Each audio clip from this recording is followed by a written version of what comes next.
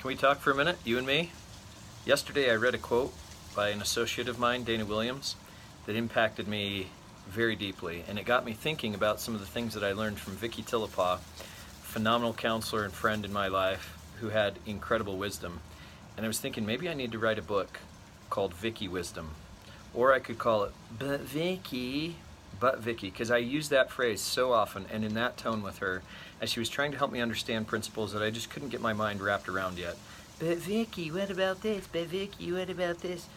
I was so emotionally mature, so spiritually mature, and she guided me patiently and imparted such wisdom into my life that helped me to an immeasurable degree. It's something I can't even express. And I want others to benefit from that. I think it's wisdom that can help anybody reach their potential and be who they're really meant to be. So maybe that's the next book I'll write, along with Olympians, 21 Questions for 21 Olympians, cancer survivors, recovering addicts, golden anniversary couples. Maybe I'll write a book about Vicky Wisdom. So the quote that Dana wrote is in response to an article that she read on Inc. magazine. And the article itself wasn't necessarily derogatory, but it was talking about how one person, because they mentioned some of their political leanings, was excoriated by others for those political thoughts. And then the person came out and said, that's not even what my thoughts were, that's not even what was happening here. And so Dana was commenting on the sad state of affairs.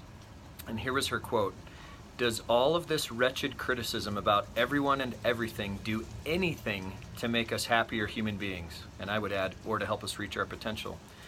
"Or do we instead get a quick hit of self-righteous pleasure and then we go out looking for our next fix?" Boom.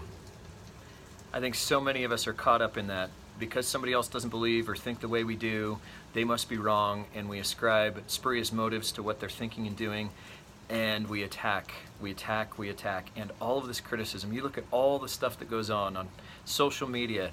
Everybody's got an opinion about everything. Everybody's an expert, and really all that's happening in so many cases is we're criticizing everyone and everything, and it does nothing to make us happier, more productive human beings, and it certainly does nothing to help us reach our potential. So the way that Vicky would talk to me about those kinds of things is stay in your own business, Brandon. Stay in your own business. As you concern yourself with what you can control and your own actions and your own behavior, and you pull the mote out of your own eye before you look at or you pull the beam out of your own eye before you look at the mote in somebody else's, that's when you can enjoy happiness. That's when you grow, and that's when you're focused on the right things. So I just wanted to encourage you and share that Vicky wisdom to stay in your own business. Worry about the things you can control.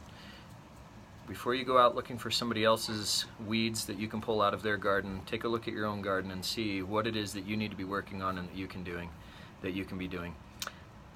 I hope you have a great weekend, and we'll see you down the road.